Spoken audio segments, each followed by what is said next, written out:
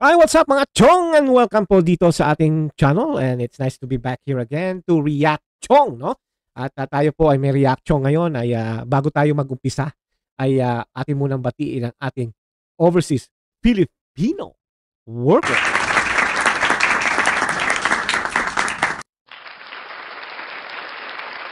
Yap, sa mga OFWs natin dyan, mga chong natin, mga tropa, I just wanna say hi to you. Good morning, good afternoon, good evening. At syempre po, lalo na sa mga tao nagtatrabaho sa gabi. Alam naman natin na ang ating pong mga schedule sa iba't ibang panig ng mundo ay iba-iba naman ang oras. No? Usually, may mga night shift din naman yan. Lahat naman ganyan. Okay? Ang sa akin lang po, mag-iingat po kayo. No? At lagi niyo po ingatan ang inyong mga katawan. At yan po ang ating puhunan. At syempre po, tayo po ay laging magdadasal. Okay? Na sana po ay lagi tayo sa mabuting kalagayan. And I know na may mga OFW na nagsabi sa akin na what is going on in the Philippines. No? Imbis na nakakapagpundar ako ng mabuti, nag-iipon, dahil gusto ko lang manatili sa pamilya ko, ay mukhang ay ma-extend pa dahil nga nag-aalala ko dahil puro mga walang ya ang nasa gobyerno. Yep.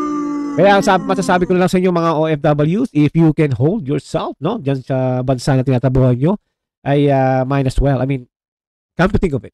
I just wanna be a real talk, no? Dahil nga, kung sasabihin ko sa inyo, hindi, okay lang.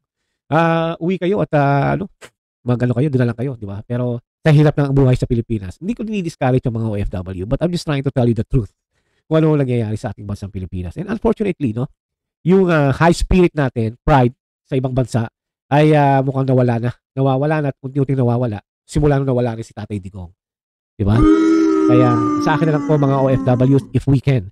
But if not, of course, syempre, Pilipino din kayo, Pilipino tayo, may karapatan tayo bumalik sa ating sariling bansa. Okay?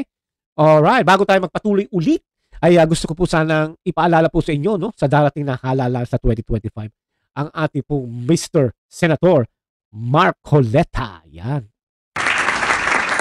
Yan po si, alam niyo mga chow, yan po si Mr. Marcoleta. Ang dami kong natutunan po dyan sa mga batas-batas, no? Kaya malakas ang loob kong bumanat sa mga tuwadkom, no? Dahil po sa taong ito, no? At syempre po, no, ang magiging backup niya or ang magiging sabihin natin na ang talagang oposisyon si Attorney Vic Rodriguez. Okay?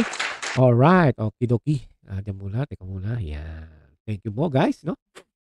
Okay.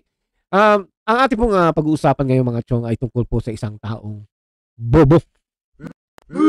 Dahil po ay, kung matatandaan nyo po, no, ang taong ito ay, alam naman natin, kahit ako mismo, nilakad din namin po itong taong ito. At talaga pong, bilib naman ako sa kanya actually. Wala naman akong ano nung una dahil po na siya po ay talagang binanatan niya mga Dilawski. And come to think of it, alam naman natin na loyal tong taong ito when it comes to Marcos, no? And I'm not really sure kung ang pagiging loyalista niya ba ay because of the tatay o direkta na to sa mga anak. Kasi ang alam ko kay Attorney Vic naman ay ang kaibigan niya ay si Bangag, di ba? Kaya hindi natin. Pero anyway, kaya ako naman po gustong i-react tong taong to dahil unang-una ay siya mismo ang isa sa nag-file ng disbar ni Vice President Sara Duterte. And kaya ako naman gusto anuhin to dahil kung matatandaan yung mga chong na isa si Gadon, no, na naging unit team talaga. And come to think of it, alam natin na itong taong to ay higop, no, kay Bangag. Pero syempre, naging part siya ng unit team. Tsaka wala namang ginagawa sa kanya ang mga Duterte. And as a matter of fact, no, kung titingnan nyo yung mga past niyang mga vlog sa YouTube, dito po sa YouTube, makikita nyo na talagang he really support Duterte. Lalo na yung panahon pa ni Tatay Digong, ay talagang higop din to, no? Pero ngayon, akala mo kung sino, palibhasa sa saling pusa sa departamento ng Bangag, ay ika nga parang naawa na lang sa kanya yung nasa Malacanang. But the thing is, isa siya sa tumakbong na senator under the unity. Kita mo hindi pa nga yan nagbibihis, pare-pareho ang t-shirt niya, no? Di ba? Kaya malalaman agad natin na siya mismo yun. But anyway, it's okay. Ako nga, mahilig ako sa white t-shirt laging t-shirt. Pero hindi yung drugs baka naman sabihin nyo, yung drugs ang gusto ko. Yung sabihin, white t-shirt is sinusuot, no? Hindi po yung code white t-shirt, no? Na sinasabi ni Cathy Binan, no? So, hindi po. Tayo po hindi gumagamit nung kaya naipagmamalaki ko na tawagin Bangag si Marcos dahil ako hindi po nagdodroga. Yun. But anyway, balik tayo rito kay Bobo. Ay kung matatandaan nyo na ito ay isang saling pusa lamang ni Bangag, no? At naawa sa kanya at actually ayaw nga sa kanya daw nakarating, no, na ayaw at sinusuka siya ni Lisa Marcos, no? Dahil nga raw sa style, bulok, parang ika nga, they're not really like loyal friends to each other. Hindi sila yung talagang nagkaawa-awa na lang. Siguro si BBM parang, sige na nga, kaya nga inilagay siya sa department ng poverty alleviation ba or something like that. And siya rin po yung nagsabi na wala naman daw mahirap na Pilipino. Bakit kanyo? Ang sabi niya kasi ay lahat daw kasi ng mga Pilipino ay laging nasa mall. Hindi alam ng gadol na to na kaya nasa mall ang mga Pilipino kahit walang pera, nagpapalamig. At saka nagwi-window shopping. Wala namang bayad ang window shopping at saka hindi naman bawal ang mag-window shopping. Who knows? Siguro may mga tao, karamihan sa mga Pilipino sa mall ay tumitingin at mag-iipon para makabili, no? Hindi yung sinabi ko bugok na to, na bobo na nga, di ba? Ay wala raw mahirap na Pilipino. Kaya sabi ko, wow, saan niya nakuha to? Ikaw ba'y bumabatak din? Di ba? Kaya sabi ko, alam mo, itong tao to, believe ako nung araw. Dahil talagang lintik itong bumanat sa mga dilawan. Talagang lintik. Talagang you can tell na matindi ang pagtatanggol nito kay Marcos. Pero, ang akin kasi, no, syempre sasabihin mo, Chong, yun naman pala, bakit hindi mo na lang, pabayaan or something. Tama nga naman yun. Pero ang akin kasi, katulad na sinabi ko kanina, meron siyang, naging partner siya ng Unity. And, naging siya ng mga Duterte. Di ba? Actually, pinagtatanggol niya rin ng mga Duterte noon. And, he's really fighting for them also. So, ang akin lang sana, delikadesa naman. Dahil alam mo na may pinagsama kayo ng Duterte. And, I know, you're working with the bangag. And syempre, pag sinabi ng boss mo doon, lalo na si Lisa, na gawin mo to, wala kang magagawa. Kasi balita ko, ultimo anak mo, nagtatrabaho din sa Malacanang. So, it's really hard to say no. Pero kung ang pagkakakilala kasi dito sa taong ito ay may prinsipyo din. Palamura, di ba? Alam mo naman natin yan, palamura, sabi sa mga taong bobo, which is, totoo naman, yung mga tinuturo niya mga bobo talaga, di ba? Pero, hindi ko kalain na yung pagtatawag niya ng mga bobo sa mga taong tinatawag niya, isa na rin pala siya ng bobo. Kasi, yun nga, siya nag-fire siya ng disbarment kay VP Sara. Parang, alam mo yun, parang, grabe naman itong tao to dati, magkakasama kayo, tapos ngayon, parang, ano ba naman yung sabihin mong, sila na lang, or, iba na lang utusan, or, mag-utos na lang siya ng ibang tao, eto, punta ka sa ganito, mag-file ka ng disbarment. But hindi ikaw, it's hard kasi kahit pa paano, naging kaibigan ko naman. It's something like that. But anyway, before naman siya nag-file ng disbarment, tinitira niya lang si Sara Duterte at si Tatay Digong. Kaya yan yung mga taong walang prinsipyo. I mean, yeah, loyal siya kay Marcos, pero the fact is, wala namang ginawa sa kanila mga Duterte. Diba?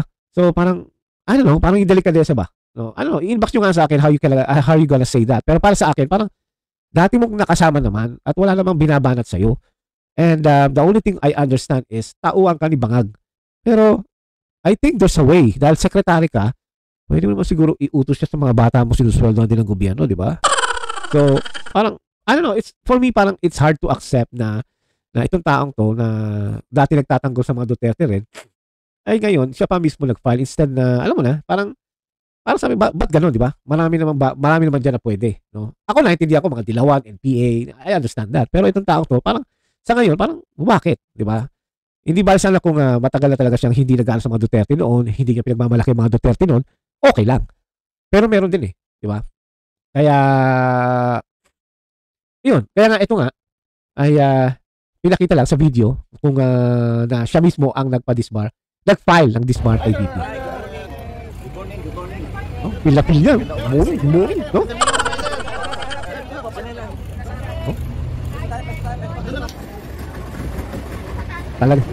Talaga pinipicture niya para pagdating niya sa Malacanang. Sir, ito na po. Asa na po yung 1 milyon ko? O di kaya pagka kay Butod, no? Kay Ahas, ma'am, ito na. Ito ang katibayan na nag-file na ako ng disbarment kay BP. Akin na yung 5 milyon. O di kaya, huwag niyo na ako tanggalin sa pagkikisekretary. Inisip na rin ako ng cocaine para sa inyo. Anyway, kaya ako gusto pakita to sa inyo dahil, hindi ba, dati niya mga bata, mga magkakasama, di ba? Hindi nga, sabi ko, yung pride mo, wala namang ginawa sa iyo mga Duterte. And again, bata ka ng bangag, tauhan ka ng bangag, maybe siguro pwede mo iutos na lang sa iba, di ba? Sekretary ka naman, binabayaran ka rin naman ng Pilipino na wala ka namang ginagawa. O, sana inutos mo na lang din, di ba? Okay, tuloy natin.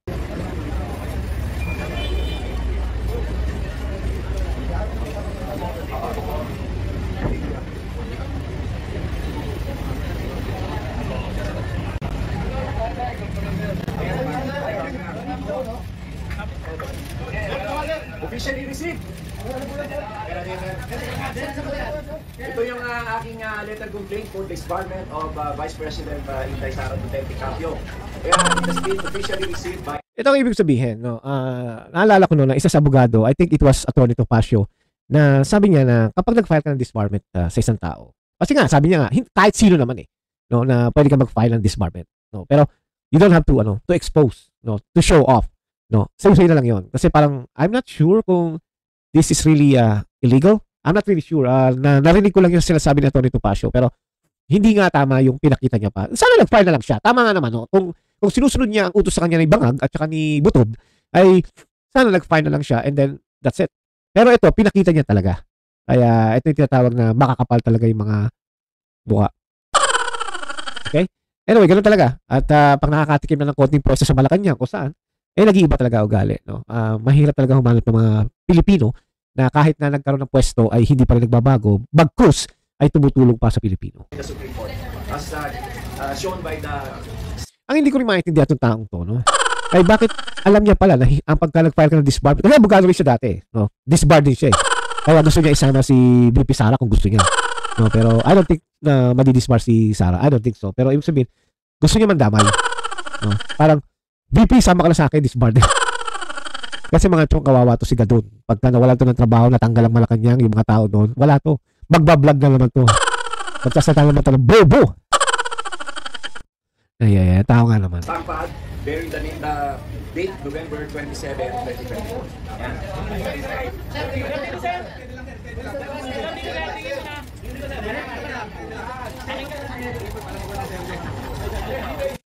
Siguro, yung ibang may nakakalam tungkol sa mga batas na pagka nag-file ka ng disbarment sa isang tao, huwag mo papakita.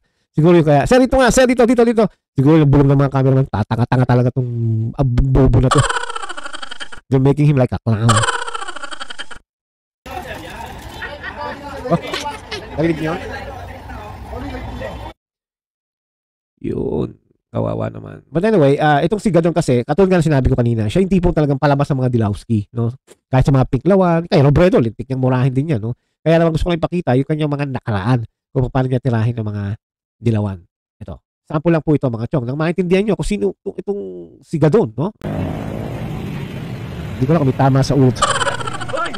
Huwag nyo gagawin niya na magpaka-plastic kayo, traffic. Nagta-traffic ko, di ba? Huwag kayo magpapaka-plastic niya, kunwari pa-traffic kayo, mga ulol. Pero napapansin ko mga chong, no? Yung pa rin na suot niya, di ba? It's okay. Sabi ko nga sa inyo, ako naka-white t-shirt lang din. Yun.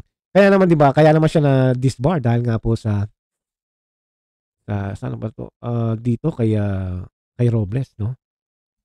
Kung matatandaan nyo, isa rin po si Robles na nakasuhan at I think nakulong yata to or something or nahusgahan na something kasi hindi ko na nasundan yung story pero na-absueldo kaya nung unang banat siya ng banat sa mga Marcos noon ngayon naman ay na ano na siya na absueldo na talagang puring-puri niya si Marcos, no?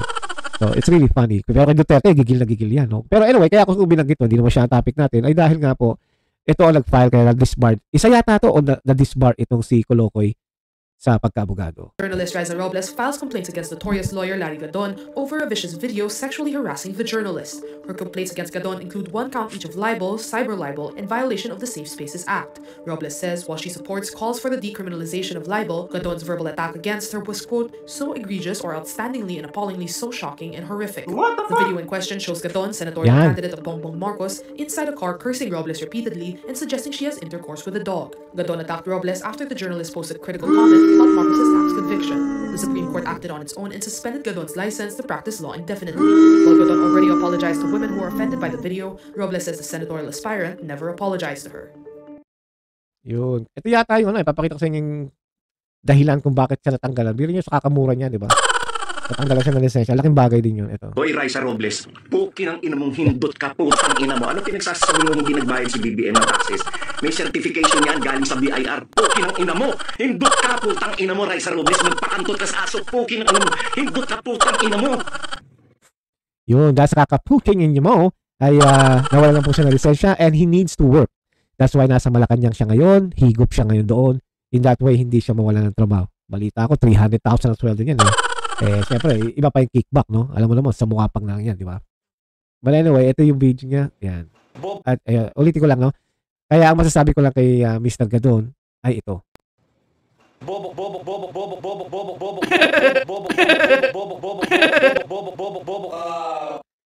Yun. Alright mga chong, kaya ako gustong sabihin ito sa inyo dahil ito nga po si Mr.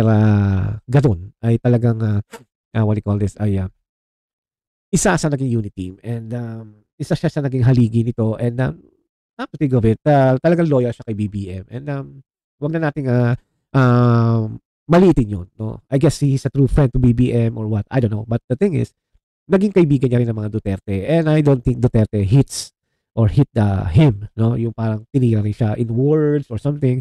Pero ang sa akin kasi parang it's really not easy para mag-file ka agad ng disbarment sa dati mong mga kakampi. And just like I said, kung meron ka sanang what do you call this, pride man lang or kahihiyan, no? Maybe you can ask someone else to file or maybe kung nag-file ka, katulad nga ni Atty. Topacio, ay sana hindi niya na lang pinakita, no? Total, malalaman din naman yan sa public soon eh.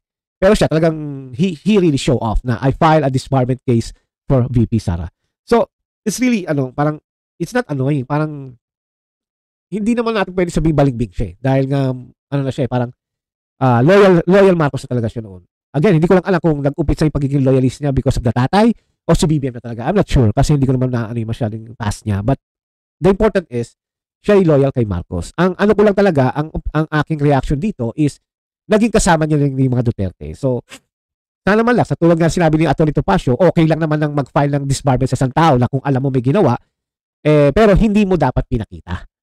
So, I don't know if that is really a law or yun lang ay parang mga, lang yun, parang respect or pride na lang yun ng mga abogado. But the thing is, hindi na nga siya abogado eh. Pero, syempre, dati kang abogado, siguro naman meron ka pang parang aftershock being a lawyer. No?